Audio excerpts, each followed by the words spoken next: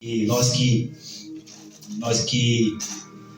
vivemos em Cristo, né? Os que são de Cristo, os que se declaram de Jesus, Paulo está dizendo aos Gálatas que os que são de Cristo já crucificaram as suas paixões, as suas concupiscências, né? Os seus desejos carnais. E se nós andamos, se nós vivemos, se vivemos no Espírito, andemos também no Espírito. Não só falar que somos homens espirituais, não só falar que somos pregadores, não só falar que louvamos o nome do Senhor, porque levita é a tribo de Levi, não existe mais levita, né? Não só falar, mas nós falando desse Espírito, nós devemos também viver no Espírito. Aleluia. A vontade que tem que prevalecer não é da sua carne. A sua carne é podre, irmão. Pode não estar fedendo. Quando eu falo podre, eu falo espiritual. Ela é defeituosa, né? É uma matéria que se corrompe. Então, nós que somos de Cristo, devemos crucificar os nossos desejos carnais desenfreados. Devemos crucificar com Cristo. Se logo falamos que somos espirituais, devemos proceder como pessoas espirituais. Como que eu posso dizer que eu sou um homem espiritual e lá fora eu não ando como um homem espiritual? Eu ando praticando as obras da carne. Eu ando agindo como se eu não fosse um homem espiritual.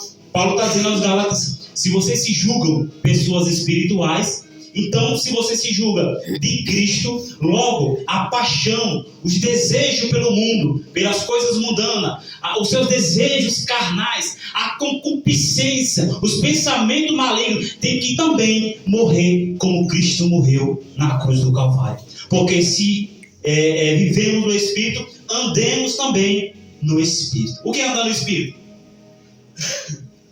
Quem pode ajudar o pastor aí? Fazer a vontade de Deus. Fazendo a vontade de Deus, se andar em Espírito. O que é mais andar em Espírito? Andar em santidade. O que mais é andar em Espírito? Ser espiritual. Ser um espiritual.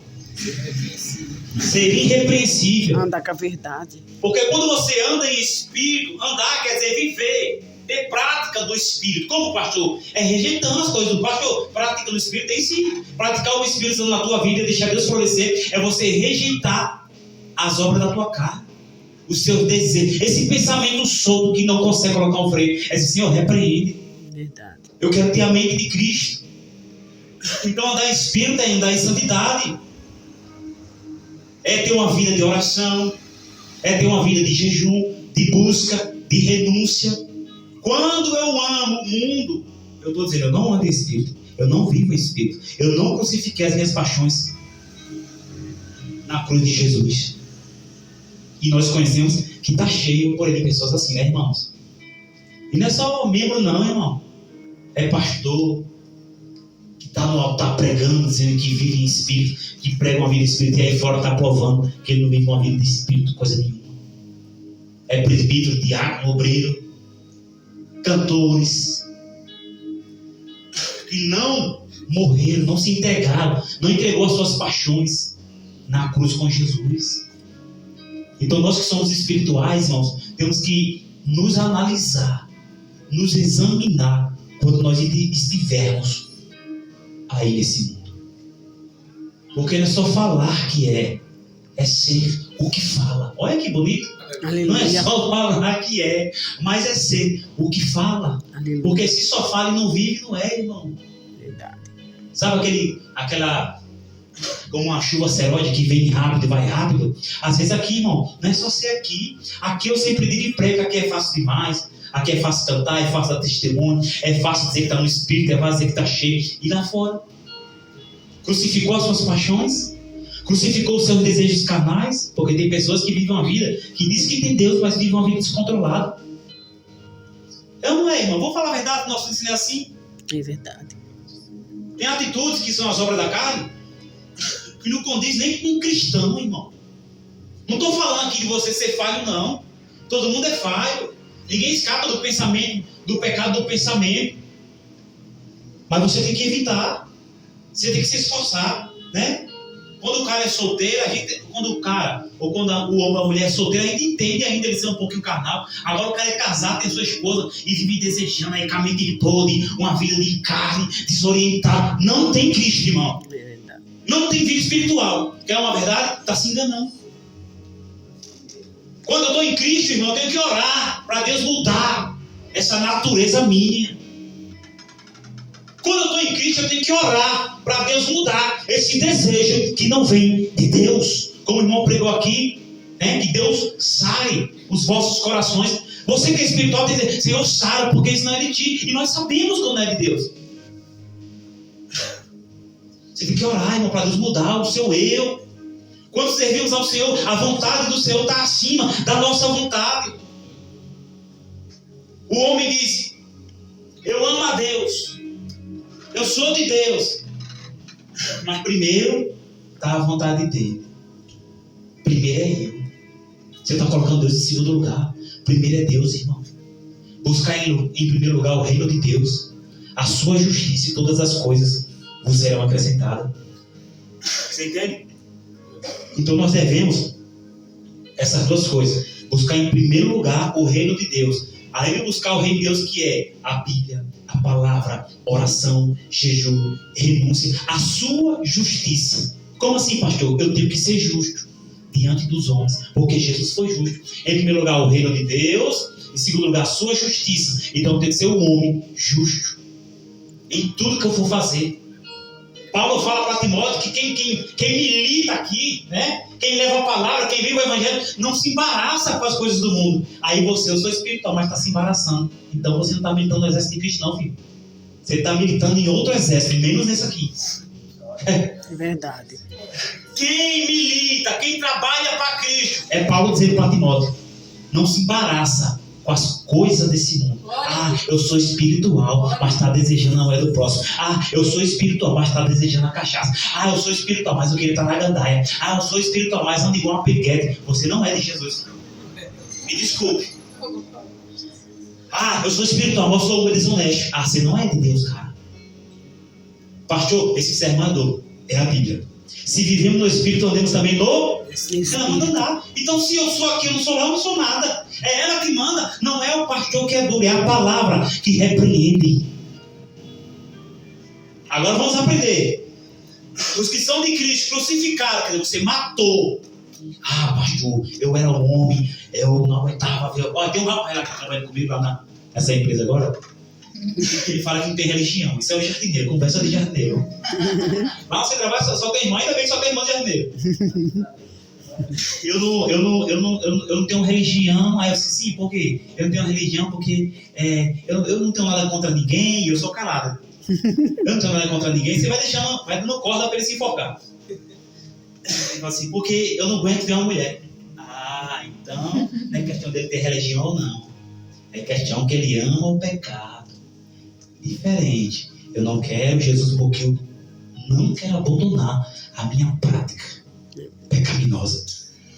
Eu não quero Jesus porque eu não quero deixar os meus desejos carnais, a concupiscência, o desejo desenfreado. Você entende, irmão?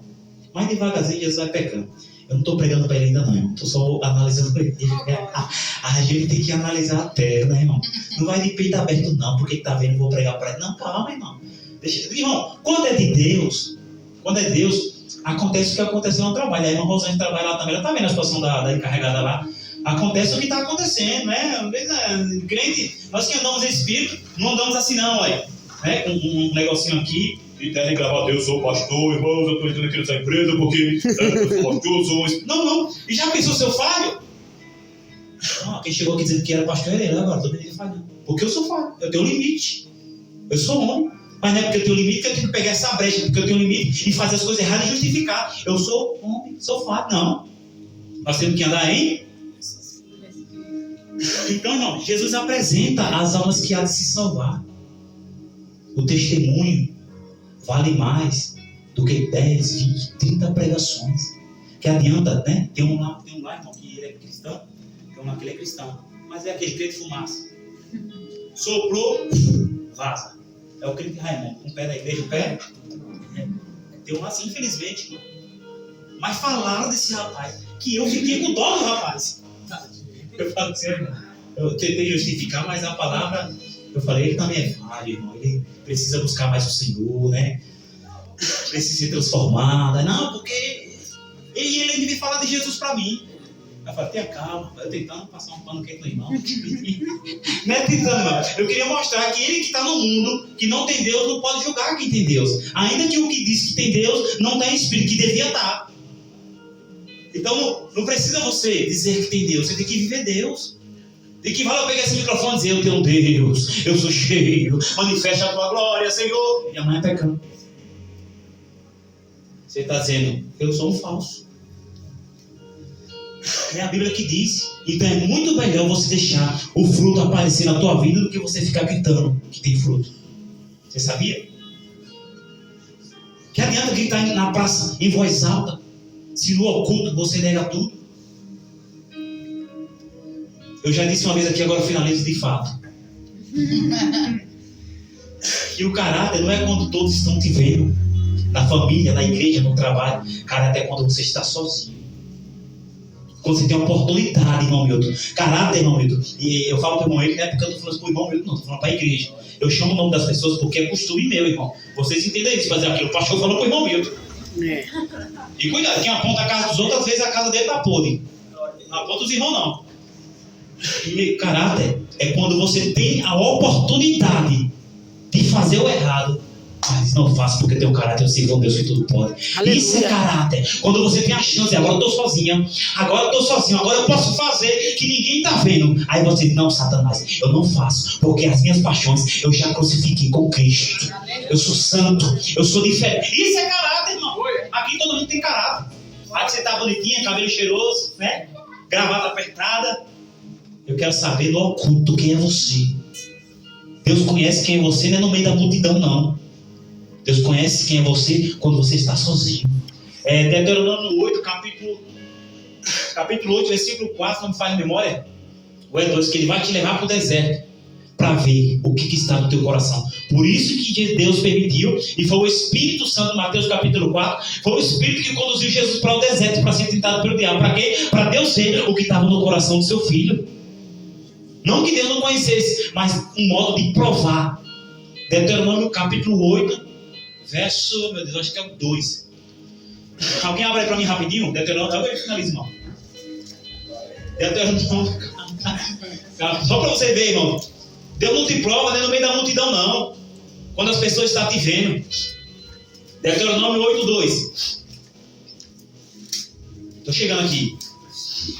É o 2.